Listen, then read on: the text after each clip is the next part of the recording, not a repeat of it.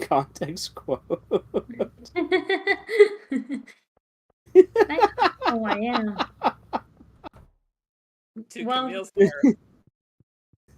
are we live? Yeah, we're live okay. now. Sorry about your balls, Nate. Have fun.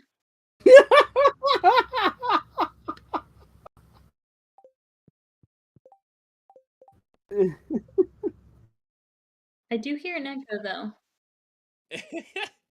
We are actually live. I am seeing it playing, so Okay, hurrah!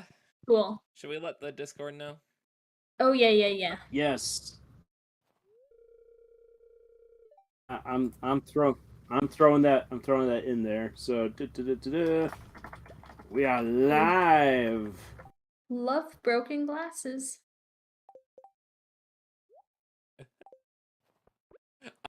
Should we get started? Yeah, so we have a fun, insane topic for tonight.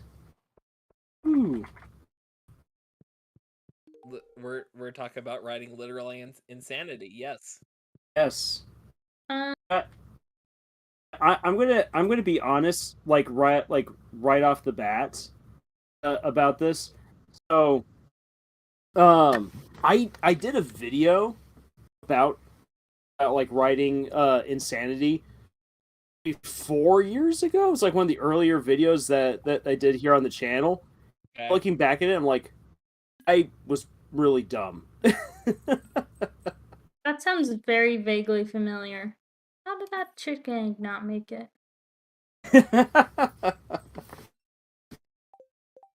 Yeah, so Dumb 4 years how, though? later, 4 years later, I think that I'm ready to talk about this again. You've had time to prepare. I've had time to prepare. I've had time to make many mistakes. Right. So And remind learn. us exactly what was the verdict you came to in your original video? So, oh my gosh.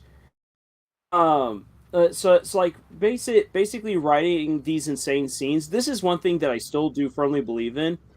In order to pull off any sort of like weird, wonky, crazy scene or character in a story, you have to establish a certain kind of normal. Mm-hmm. And whether that normal be like our present real normal or normal within the story, like, hey, everyone just has like a flying frog buddy, or something like Stormlight Archive, where like it was hard to get used to it the first time I read the book. I read the first book, but like that there's spirits everywhere. You have the Spren. The Spren are constantly doing things, and in the book, everyone's just like Spren this, Spren that. Like they're just commonplace. And then later on, like once people begin to realize that, oh, the Spren can like help people gain magical abilities, that's when things start getting weird and crazy, because Spren aren't supposed to do that. That's the normal. They're just there. So I feel like that's still like a key. You got to establish like some sort of normal in order to then have a crazier scene. Uh, but but like even then, I wouldn't say it's necessarily necessary, especially when we look at stuff like the Ghost of Molly McGee, or uh, or Gravity Falls, and things like the Owl House and Amphibia. Relish in the fact that like the worlds that the girls get sucked on into are just utterly bizarre. Mm-hmm. And there's the fact. I think in situations like Amphibia, it's easier how when you have a character who is that normalcy, like they're the straight man character, that it's like they're coming from a normal world, so they're that consistent. You could use like really any like isekai story, if you want to put it that way, or like currently reading Neverwhere by Neil Gaiman. Ooh, Like so good. that's a good example of where it's like he's the straight man in that, and everything weird, super weird is happening around him. And while it's super weird, he is kind of that like consistency. But it also helps too that the entire story is built around the city of London. So like it's just familiar enough to where you're not completely like you don't have to completely abandon your like suspension of belief to jive with it, you know? Hmm. Hmm. Yeah. Say, and I agree that, and that's one of the things. Like, I wish I knew the city of London better because I feel like reading Neverwhere, you kind of have to have an idea of some of the stuff going on around It London, definitely helps, for and then sure. and then you can be all like, oh, like okay, I now understand better like what's happening in correlation to like Mhm. the overworld and the underworld. Right. Yeah, Uh, no, that definitely helps. I need some blood. and to answer your question, Tevin, are you guys excited for the Owl House Amphibia coming back? At the very least, I know I am. I am very excited, and I have at least 3 videos in the works for those 2 shows that I hope to get out before the 19th of March. To Surprise! I need to kind of catch go up with really bad. I need to jump into it in the first place. Yeah. it. It's on my uh, list, okay? it's so good. It's so good. I'll be honest. I like when I first started watching the Owl House. I was like, this is flipping fantastic. This is the best thing that Disney has done since Gravity Falls. I had not yet watched Amphibia, and now I kind of like me personally. I kind of give that title on over to Amphibia because I feel like Amphibia, at Interesting. least where it currently is within its running, I'm just Mhm. like like you guys did an absolutely phenomenal job. Like hats off for how well you guys have pulled off just all the characters, the world building, the animation is gorgeous, the jokes are on point. We managed to balance like heartfelt, insane, and just like dark. Like there's some dark stuff that comes up later on. Oh yeah. They just do it so well. I still love the Owl House, and Do and you I think I have I have high hopes for it, but you can also tell that Disney just stuck their grubby fingers into that show as opposed to Amphibia. which is interesting because like how did Amphibia get the free pass when they're both Disney shows? I Um would I would love to know. There's something I would love to know what's going on because Matt Brawley. So like I've been following Matt Brawley and Dana Terrace mhm. to a certain degree. I'm not like constantly following everything that they tweet and say, but but like Matt Brawley, he gets listened to, and I don't know what connections he has or whose good graces he's in.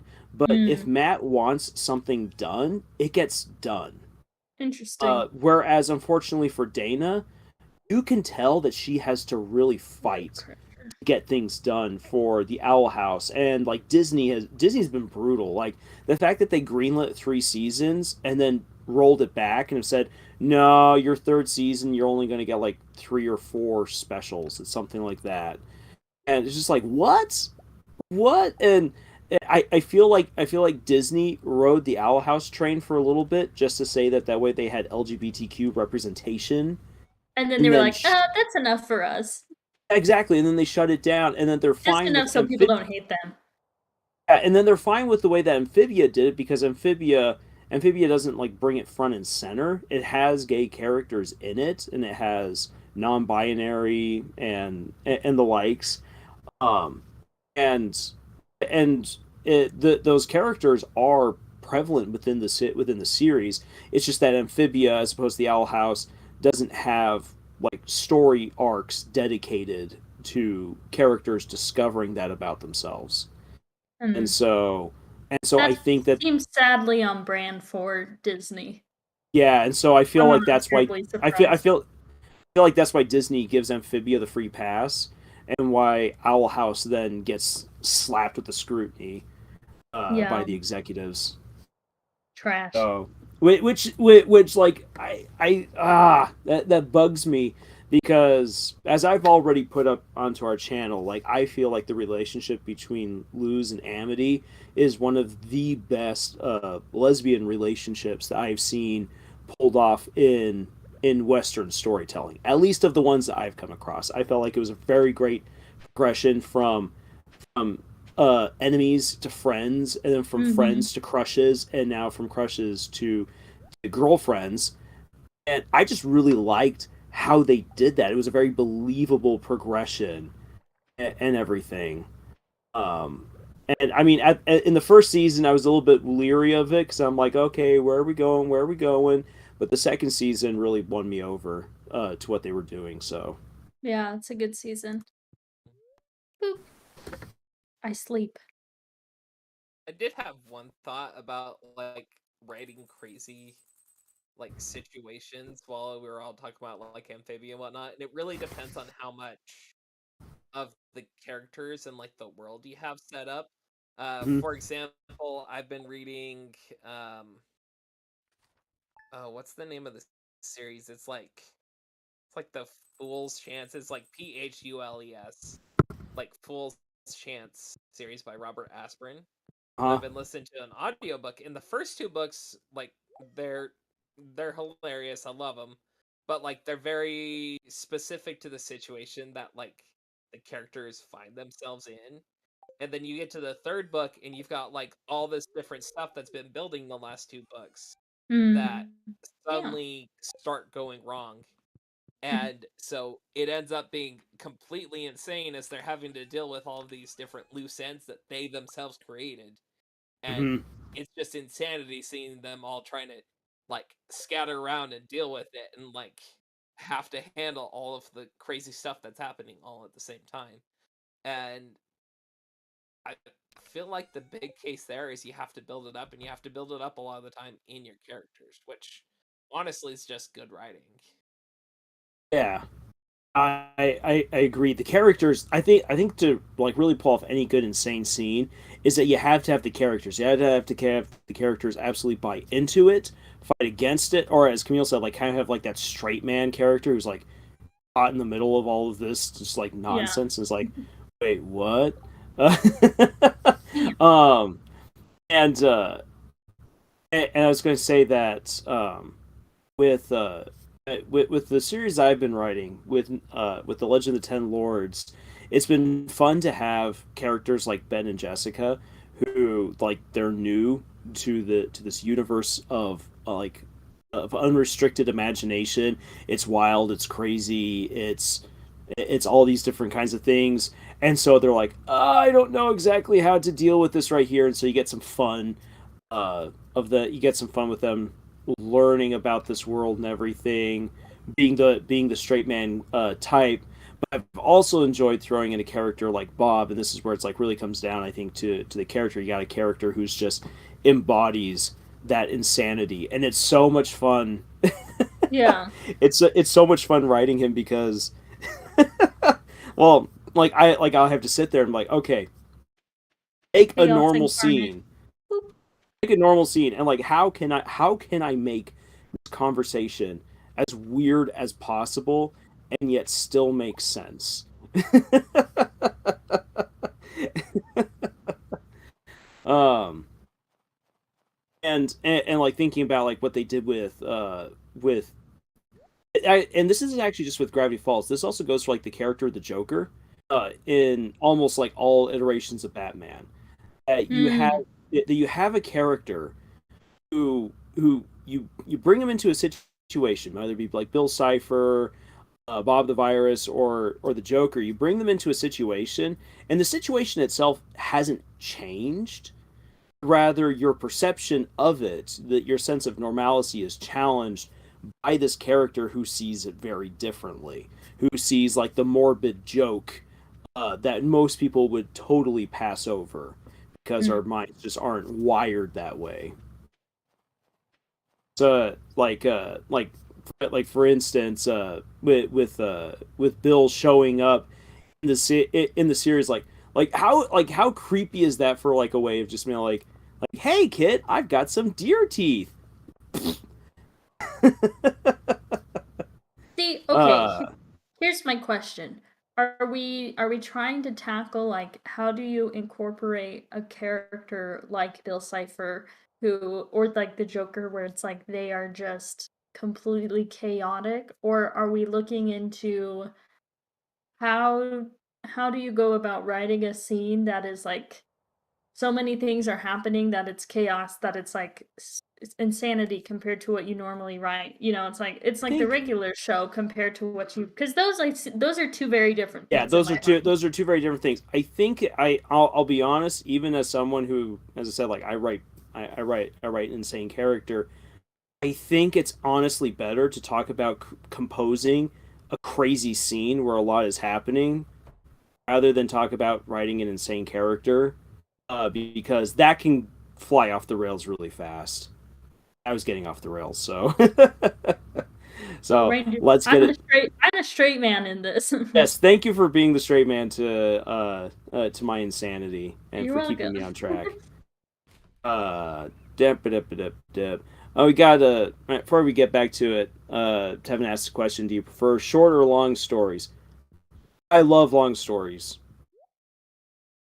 For Do you things enjoy? I like a series, like a long series, then yes, I do like that. I'm good for both, honestly, Scott's because our short started story out. man. Yeah, I started out and I still write short stories. I haven't done it for a little bit. I really want to get back into it a bit more. Uh, but I started out doing short stories, and I've got quite a few that I've really enjoyed writing. Uh, the key with short stories I found is y- you have to give everything a double meaning if at all possible, Mm, because like the more like meaning you can throw into like a single sentence, the better, because you're just short everything on feels more space. deliberate. Yeah, everything's more Mhm. deliberate, and I love reading short stories because like you can sit down in one sitting and read the entire story, but like people have put some serious thought into like how you're supposed to feel and like the reaction Mm-hmm. you get off of that story, and like it just what 5,000, 6,000 words, they can pull off some pretty impressive things. Oh yeah. Like Yeah. there are so many, I think of a lot of like short stories that you read in high school, where I was thinking about that the other day where I'm like I read so many short stories in high school that were so impactful and haunting Hmm. that would not have the same impact in a longer form. Yeah. Hmm. That and I know this is kind of a tangent from what we said we would talk about, but I feel like that's one of the reasons why the movie Scary Stories to Tell in the Dark failed where the book succeeds, because the book is Yeah. just a collection of short, horrifying stories, Yeah. and the movie tried Expand. to expand on that and stretch those stories out. And the thing is, this is that I'll say this for the movie where they actually had those stories front and center, that was a lot of fun. Those are Yeah. like only small blips in what feels like an overlong movie, because other than those crazy haunting short stories, you just don't care about the characters really. Right. Hmm. I feel like I don't know, I haven't seen the movie, but I feel like part of the thing with short stories like that, scary stories to tell in the dark, because that shit scared me to death as a kid. They don't You don't really need a lot of buildup in context for the impact to be there, Hmm. and I feel like Mhm. short stories kind of they enable you a way for you to just dive into the story right away Hmm. and Mhm. almost put yourself in that situation to where it is impactful. Like you don't need that sort of build up. Yeah. Um, so that's a really good example of like pros and cons based on the different length. Yeah. Yeah. It really depends on like you really have to pay attention to like how much world building you want. Mm-hmm. Um like a long story that is ideal for world building because you got all the space you want to like completely flesh out and create that world. If you want to write like a fantasy or sci-fi story in short form, you really have to pay attention to like I said, that double meaning. You have to make sure everything like fits together in a smaller space, and it like really refines your writing. Like if you're really trying to do good at like writing short stories, the more that you put effort into like working on that short story, like polishing it, the better writer you'll become, in my opinion, because you really have to shrink down what you want to say into a smaller amount of space. Your writing ends up becoming a bit more direct, a bit more like impactful in that way. If you're good at short stories. Mm-hmm. I myself, I'm not really good at short stories, but I can definitely say this: writing novellas, probably one of the best things I've ever done for my own writing.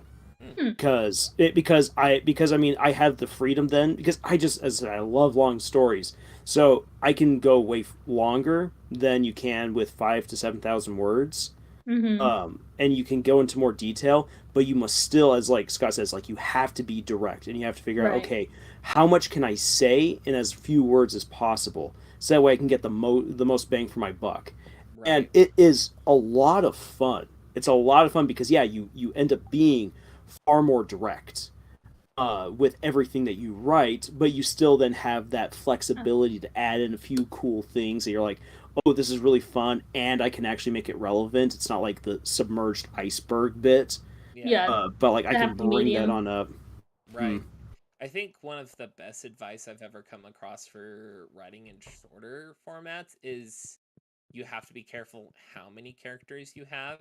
Especially when it comes to a short story, each character is going to be at least is going to require at least 1,000 words or more, or 1,000 to 2,000 words, just specifically for that character. So if you've got 3, 4, 5 characters, that's like 2,000 words per character, and your story keeps getting longer.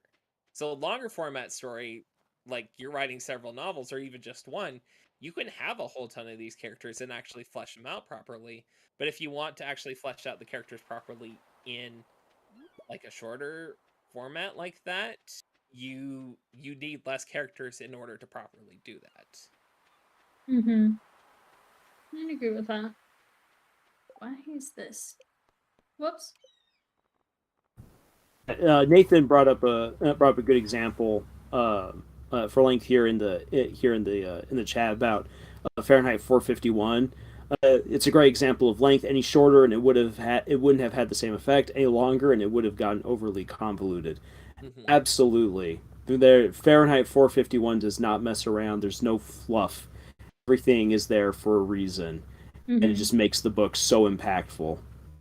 And I feel like that's a mark of like a really good writer. I mean, I definitely have in some places probably more fluff than I should in some of my stories. I just really enjoyed writing it, but in terms of like having that impact and maybe like being a little bit more digestible for the audience, I think really learning how to trim things down to what's most essential, I think that's a real skill.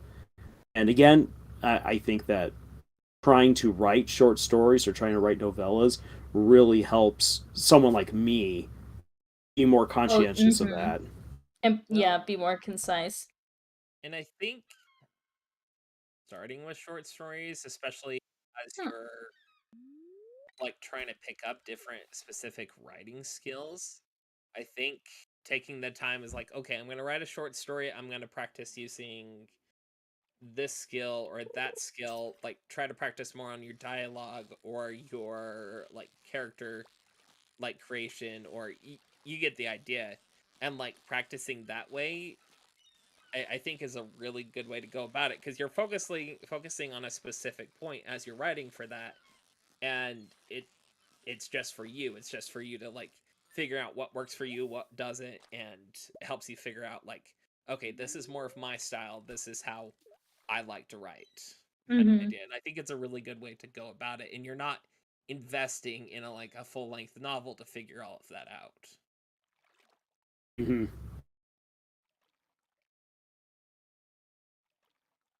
There's a very loud, obnoxious beeping outside of my apartment right now. Oh, that's. I don't think is it someone getting towed? I can't hear it. Yeah, it kind of sounds like it actually. Oh, no. Oh, that's sad. For them, I guess.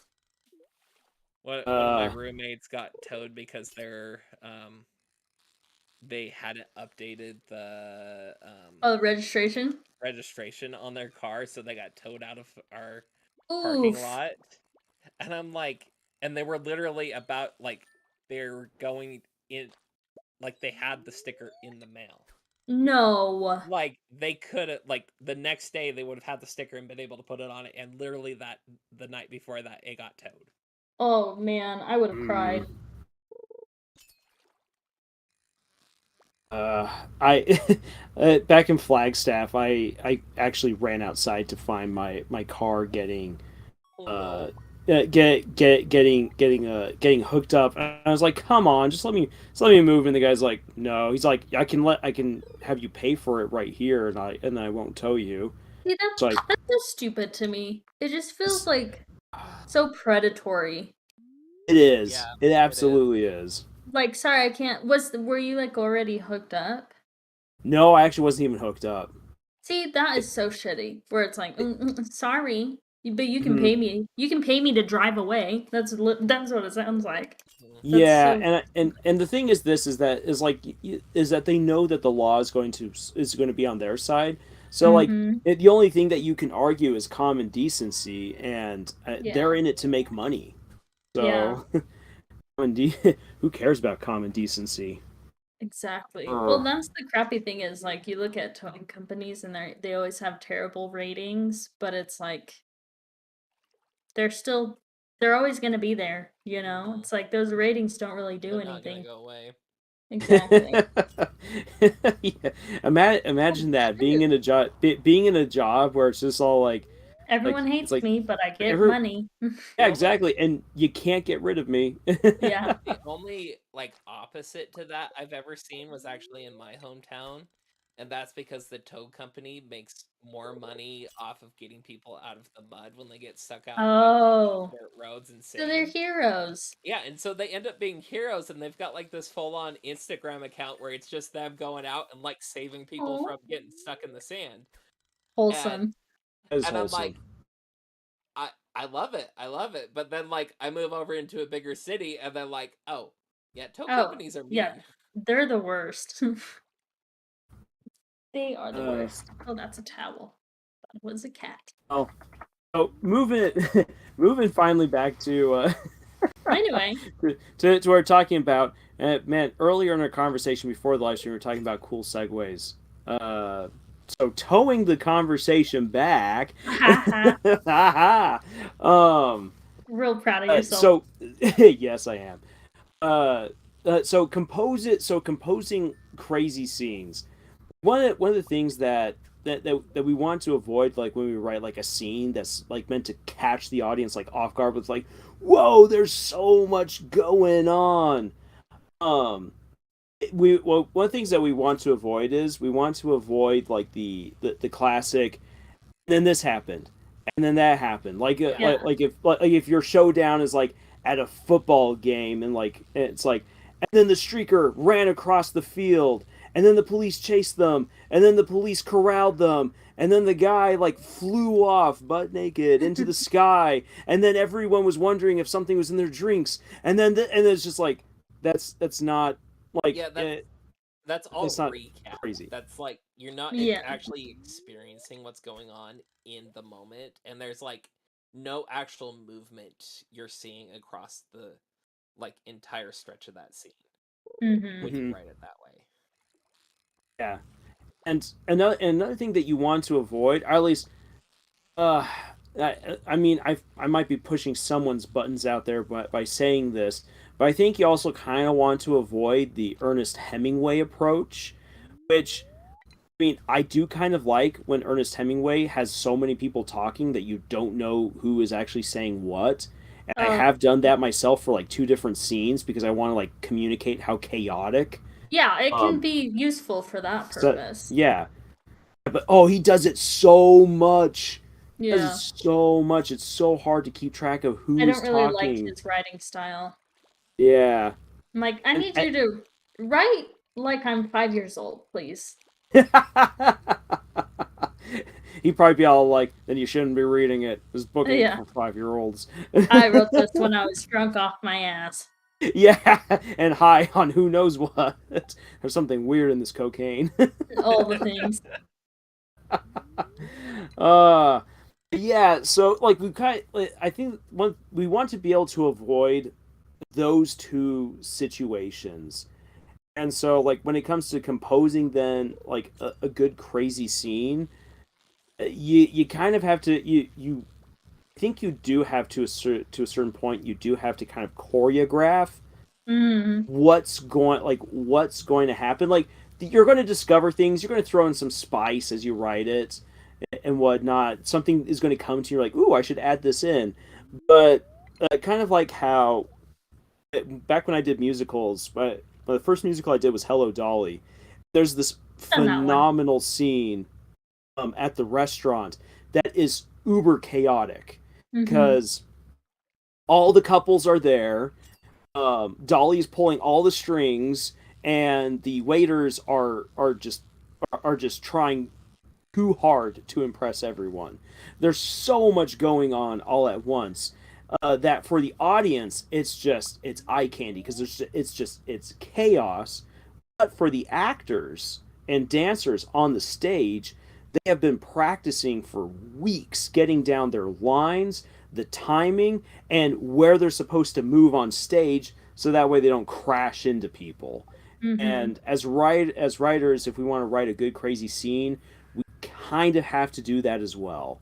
At least figure out, okay, when should certain things happen, who's coming Right. in at this time, and I think that's probably one of the best ways to write a crazy scene.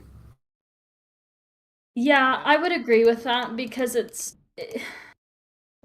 I feel like initially you'd be like, "Oh, well, I can just garden write this." But I feel like that only gets you so far Hmm. because it's like, yeah, you want the spontaneity, but there needs to be some sort of structure when you're writing those sort of things because they can easily spiral out of hand and then you just have a bunch of chaotic gobbledygook. Yeah. Hmm. I think, Um, say, I, one scene,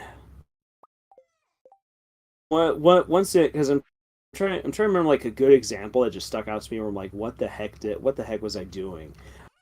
Actually, for one book, I was trying to write like a good chaotic fight scene because that's one of the things that really makes like a battle scene or a fight scene in a story work out really well. Unless it's mhm. like a one-on-one kind of a duel, or if it's like very close quarters, like you've got 3 people versus 4 people, what have you.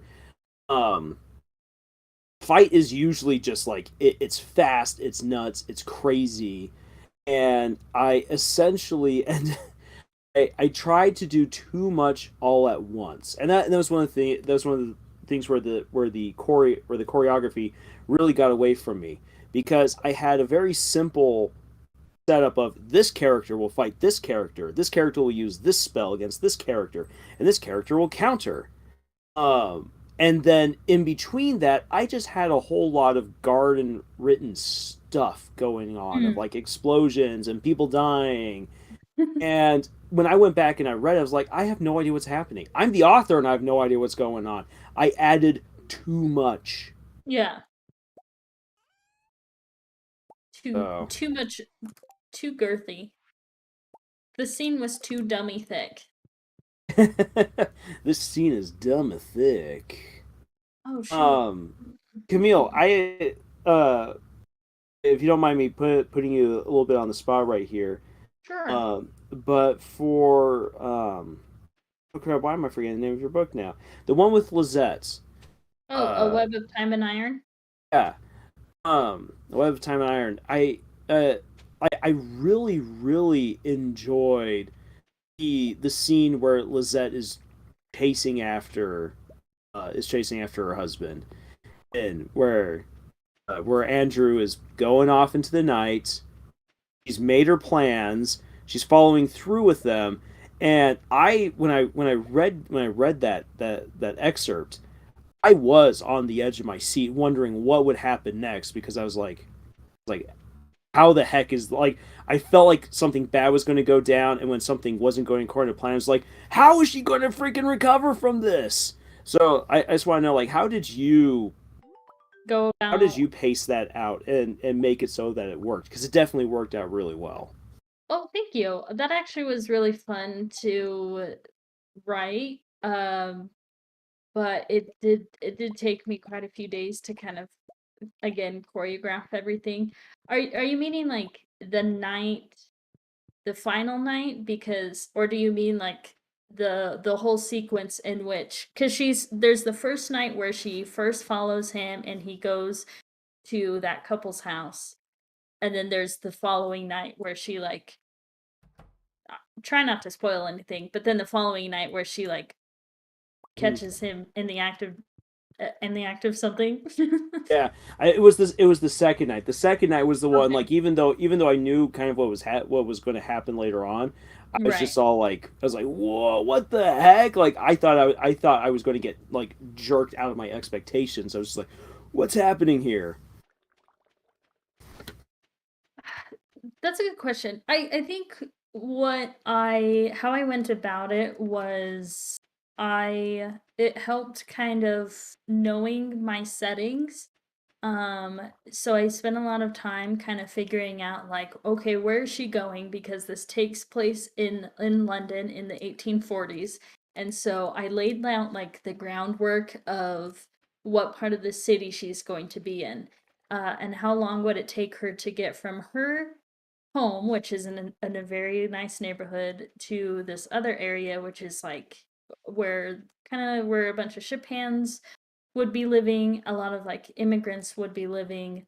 Um, and that kind of enabled me to be like, okay, here's my setting. Now that I know my setting, what would that look like for her as someone who is completely a fish out of water? What kind of things would she run into? So that kind of helped like fill in the meat of what was going on, because I just kind of like framed it around the skeleton of, okay, she needs to do these things. These things need to happen. One, she needs to follow her husband at night. At night. Two, she needs to not get caught by him. And three, she needs to figure out, like, get to the bottom of what he's up to. And I knew how it was supposed to end, and I had this kind of skeleton structure, and everything beyond that, I just kind of worked it around. Oh shit. I just kind of worked it around the sense of she is in a really seedy part of town and is pretending to be a man, and just kind of, it was, I guess it was kind of like a mix of garden around that structure, Mm. um which just kind of like snowballed into the final scene where everything comes to a head. And at that point I was like, okay, I already know what I want. I already have my structure. I'm just going to kind of go off of how I think she would react. I know her character enough to just kind of let things go based on how I know these characters. And yeah, then that's kind of how it turned out. And it turned out better than I thought it would, actually. So that was nice. But different than I thought it was going to as well. Like, that should be said. It definitely went different than what I was initially anticipating. Oh, that's But interesting. yeah, for the better. That's one of the sweet. That's one of the sweet surprises when writing. You're like, this didn't go exactly how I planned, but it's still pretty awesome. And Yeah. actually, Camille, what you were saying lines up really, really well with something that Nate just posted here in the chat. Characters really add a lot of the spice to a crazy scene. Plus, they can help break it up, make it less crazy or more crazy, depending on what you want to accomplish. So, like you said, like you kind of like you had your choreography, but all of the Mm-hmm. reactions were based on who Lizette is and the Right. situation that she found herself. Absolutely. Yeah, the CD bar, the dock. Yeah, because I don't think things would have gone the same if it was a different character. Um, but yeah, like, and I think that goes a long way when you're kind of writing these scenes that are different than what you're used to writing. Because I can think of like another book of mine that is The Peculiar Funeral. Um, where I'm like, this whole book is just so weird and it's so different from. I think that this book is a good example of just what we're talking about because it's going to be so different from anything I've written just because it is the epitome of just like weird stuff happening over and over, and the main character is that straight man character who's trying to make sense of it all. Um but I find myself kind of being like, shoot, I'm not quite sure how to go about this because I don't know my character that well. I don't know him well enough yet. Um so that's something I'm like, oh, I need to work on that. And I also need to work on like that skeleton before I can hop in and just garden the rest of it. Hmm. I'm rooting for you to Thank you. finish up the peculiar funeral because I love the premise It is behind wild. it. Yeah, I But need to. real quick, remind me, was that one of the stories that was inspired by one of your by a dream you had? Yeah. Yeah, most of my stories are, but this one was I think this one is like very heavily inspired by it in the sense that it feels like a fever dream because that's when I was having that dream felt like a fever dream. So, normally with my stories I'm like, "Oh yeah, I had a dream about this. That would make a really cool concept." And then I actually like build on it because A Web of Time and Iron is same. It was based off of a dream. But with the Peculiar Funeral, it's like just makes no damn sense. And but it's like intentional no damn sense, but doing that is actually takes a lot of work, to be honest. Mhm. So we can't all be Ernest Hemingway and just get high and get Crank drunk something out. and crank something out. I feel so bad for his editor. Yeah. I got to make sense of all this gobbledygook that you just sent me while you were high. But thinking actually of like another story that's in a setting that you're just like this makes no sense whatsoever. Uh, the uh, uh, the 7.5 Deaths of Evelyn Hardcastle. Mm. That is so Ah, what good. was Like it's a story that you absolutely cannot like. I mean, you can spoil it, but you shouldn't spoil it because it's doesn't say I so haven't read it dang, yet. it's so dang good. But like one of the things that I love about it, kind of like similar to the peculiar funerals, that you just don't fully grasp what is actually going on here. All you Right. know is that this guy has to solve a murder, and he gets killed, and you're like, oh, that's then like you're like, oh wait, what just happened here? And then he comes back in another person's body, Hmm. and and so knowing then that he can he can jump from body to body via death, oh like that's really cool. And that really sucks, and you still have no idea what's going on. So you're given just enough information to follow everything and to start picking up on clues. It Right. definitely doesn't give you enough so that way like you don't fully grasp the gravity of the situation until the final act of the book. And then when it finally is all revealed what's going on, it's then perfectly set up for just an incredible finale. Mhm. Yeah, Shoot. no, I need to I read that one. I highly recommend it. The audiobook is phenomenal. Like if you Hmm. can get it on Audible, which Audible, please sponsor us. Wink. uh, Wink, but wink. yeah, it is. It's so good. So like everyone who's watching this right now and later, 7.5 Deaths of Evil in Hardcastle is an absolute must read. Even if you're not a fan of science, of the supernatural or of horror or of mystery, it is so well written that it'll just suck you right in. I I think I get my Audible credit tomorrow, so I'm adding it to my wish list right this second. Excellent. Perfect. I should go Love back and this. re-listen to it. Like maybe like getting around like closer to Halloween or something because it's just it's so Ooh, good. It's that so good. actually And might be helpful with my own writing.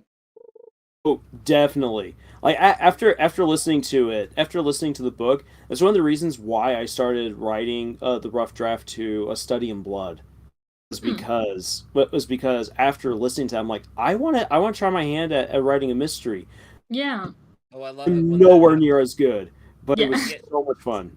so inspired by something you read, like you instantly You're have like, to I write need something. to. Mm-hmm. Oh, Yeah, I I've got can't a fish. one of my short stories like completely was inspired by Stardust by Neil Gaiman. That's Like, good shit. and it was so good, and like I instantly had to write something in like some sort of similar mindset, like just because of that. Wow, Whoa. and that's something cool to go with because yeah, Mm-hmm. That's a good Stardust, one. Stardust is good. And oh my gosh, I feel that could make like for a really fun debate, movie or book, because they're both so similar and yet so different, and Mm-hmm. I've both in a seen good the way. movie. Haven't Yes. seen the movie yet? I think it's on I haven't Netflix. seen the Stardust movie. Oh, it's good.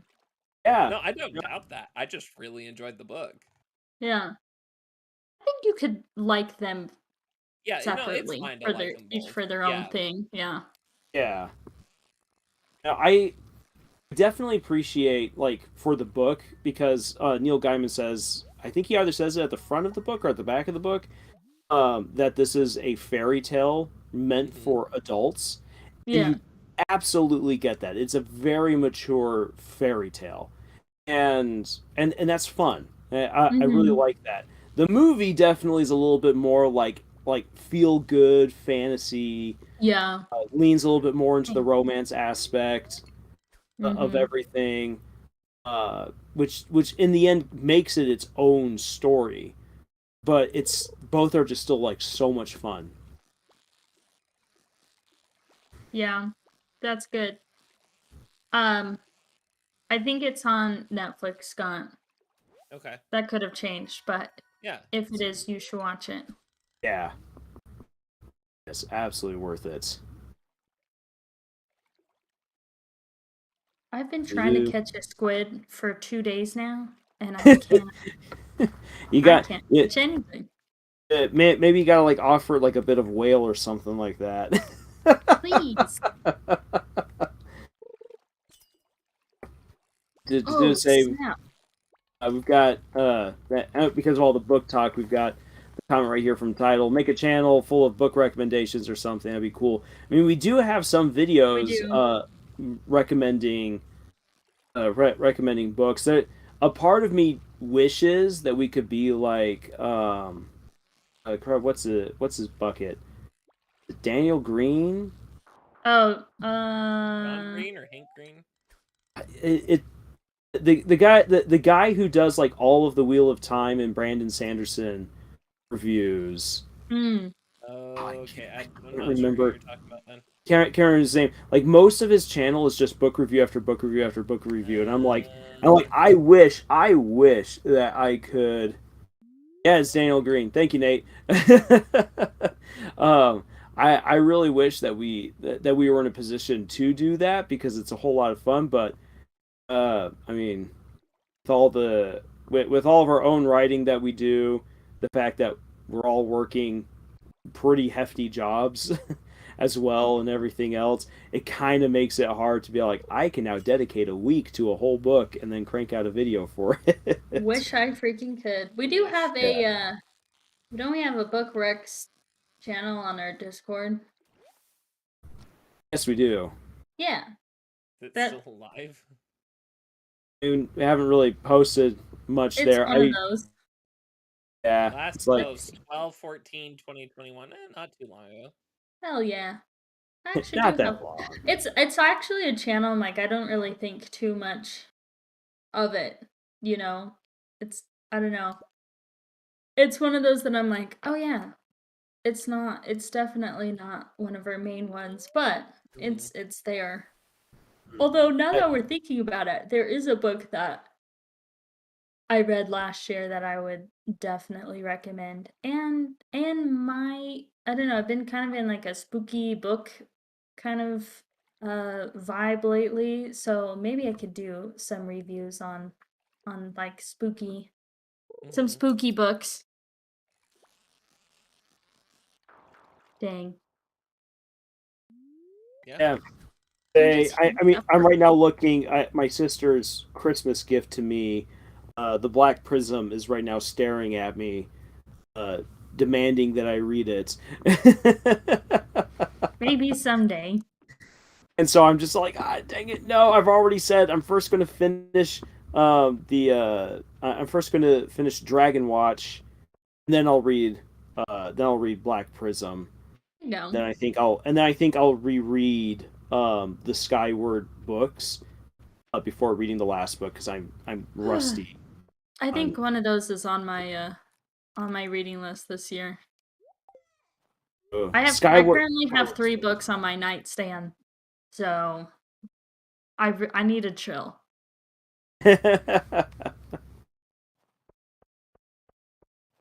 And Tells that's us not all. including Audible.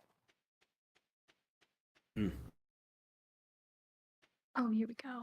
Yeah. Too many ideas for my book I can't incorporate all at once.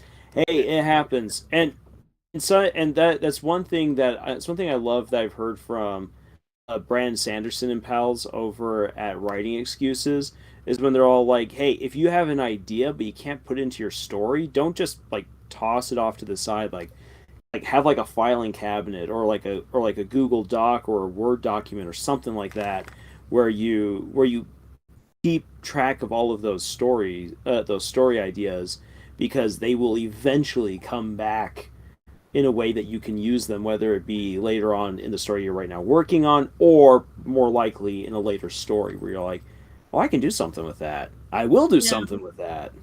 Yeah, because you never know if, some inspiration strikes down the road and you didn't write it down. That is the worst feeling ever. Hmm. So don't do that. If you're not Hmm. going to use it for story A, you could use it down the road for story K or something. Yeah. Yeah. No way.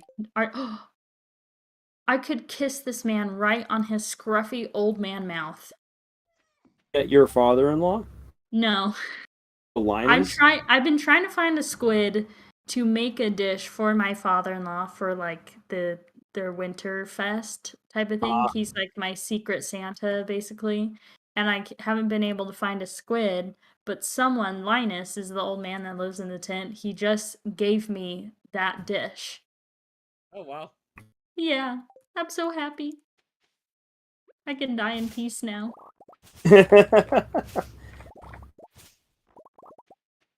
Linus. Good Linus. He is. He actually is probably the best character in this game. man. Don't let your wife hear that. True. That's a fair point. Oh, honey, you are the best character in this game. You to me. Is that Scarecrow right there? What? Beside me? The well, you've passed it already some ways. It was Oh, back up at here? your. Yeah, I have 4 of them. I glanced back at the screen. I'm like, wait a second, there was a. Yeah, I've got. You can collect them. So I have 4 of them. This is cool. I want to do that with at my house one day for Halloween. I want to have like some good creepy scarecrows that I set up. That would just be awesome. That'd be cool if that was like your theme, your decoration theme. Hmm.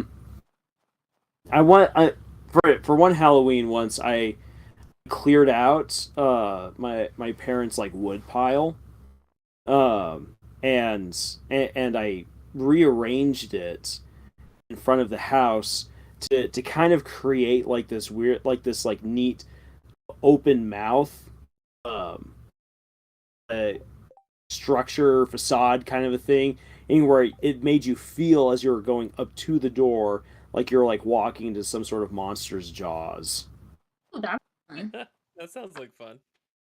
Yeah, that was a lot of work and that was a lot of splinters.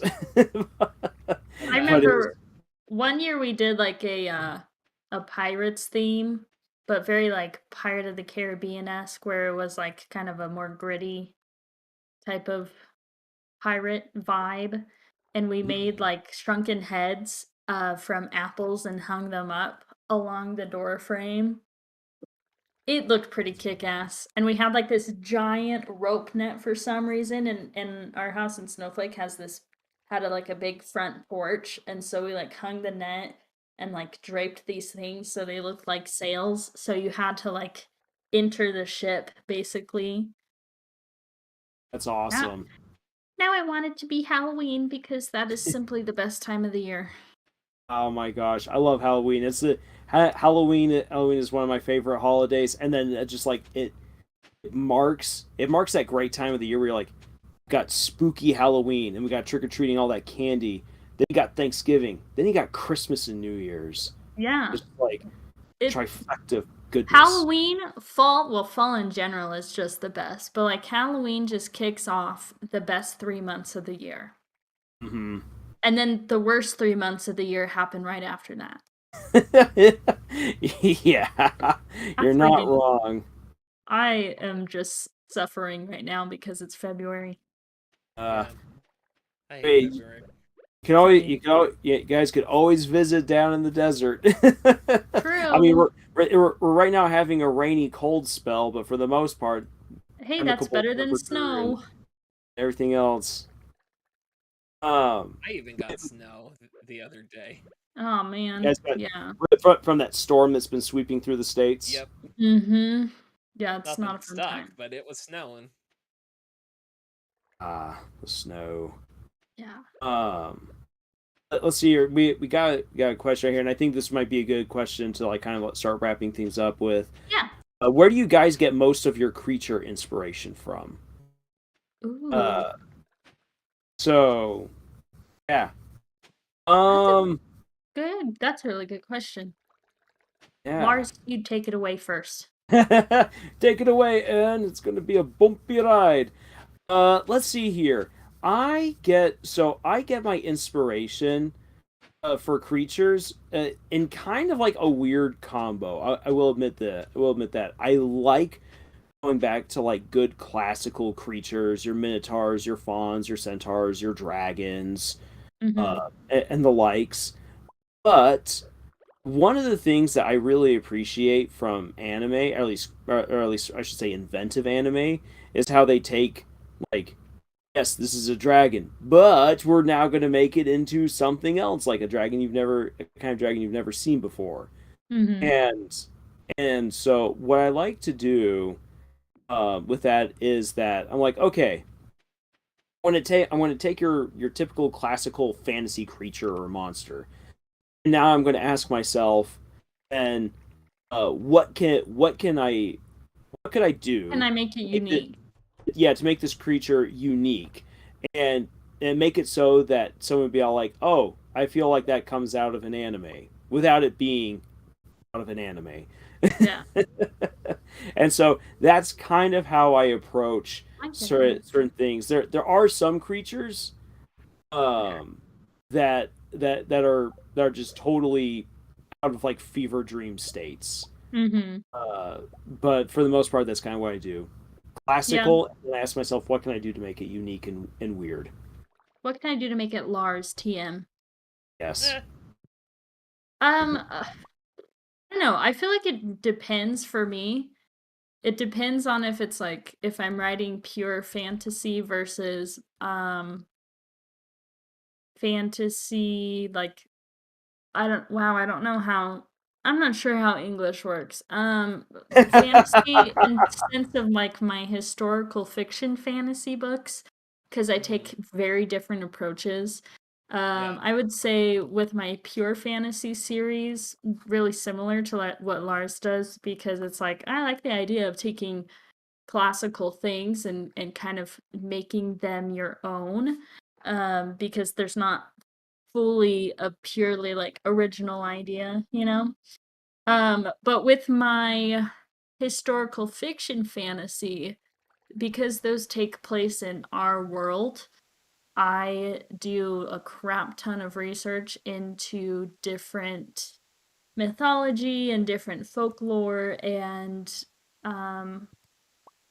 like witches ghosts, for example, because that has like a really wide range of creatures in it. You know, I have things like elves and brownies and I'm not gonna say some other things because of spoilers, but basically like cryptids, things that we know. I have taken those and um actually tried to keep them pretty similar to what we know like folklore wise for them, partially for to make sure that it like remains respectful to that culture. That has a big part to do with it, but also because it's like because it's in our world, quote unquote, I wanted to keep it as similar as I could to what we know of those type of things. I'd say the biggest thing that I changed when it came to writing a creature in that world would be with the holy folk, um which are basically like elves. They're like the elves in Iceland type of thing. They're called the hidden people in Iceland, and not a whole lot is known about them. So that kind of gave me some leeway, but I still did a lot of research into figuring out as much as I could about them so that by trying to kind of fit them into the story that I could have that creative freedom while still keeping that sense of the culture's folklore about them, if that makes sense. It makes good sense. I like that. I And really do I like that have to get approach. off. It's been great though. Yeah. It's Yeah, been great. it's been great. Yeah, Yeah, so so we should that's a let's good time to wrap it up if yeah let's Scott wrap can't, if he's got to let's hop wrap it off. up. I Oh, really I don't thought want I to had end it. muted Nate. I muted Nate on my end, so sorry if you guys heard Nate being chit chatty. Oh, we should message him. Yeah. But for everyone who's been here, thanks for dropping by and listening to all the stuff we've been talking about. Like I thought we had some great stuff here, and you guys also had some great stuff as well in the chat. Yeah, those are Uh, really good questions. yeah, I especially liked Tevin's right there about long versus short stories. I feel like that went. I feel like that went in a great direction. Mm-hmm. I agree. Oh, that's why I can't. So yeah, and before we go, just like if there's anything that you would like us to talk about in a live stream in the next 2 weeks, or something that you feel like we should like dedicate a whole video to, whatever, please let us know. You can let us know either Yeah. through our subreddit, on our Discord, in the comments down below. We check them all the time. So yeah, feel free to let us know because that's kind of one of the fun things. One of the fun things is actually like getting requests from Mm-hmm. people. And no, I have not forgotten to make sure that we check out. Was it Cats and Joker, something like that? I have not Wait, forgotten. I'm going to go back to it. Mhm. I am confusion, but yes. I would Yeah, say that our Discord is probably the best place for that because that's yeah, where we interact with. That's our interaction is the most there. yep, exactly. Well, all right, Camille. Anything else that should be said? I don't believe so. I messaged Nate because I am pretty sure I'm Yeah, having a Nate stroke. is there. Doesn't yeah, he okay. Then yeah, I think we're good. I have put my Stardew Valley boy to sleep. So, All right, in it's that perfect. case, yes. Goodbye, Mom. Bye bye.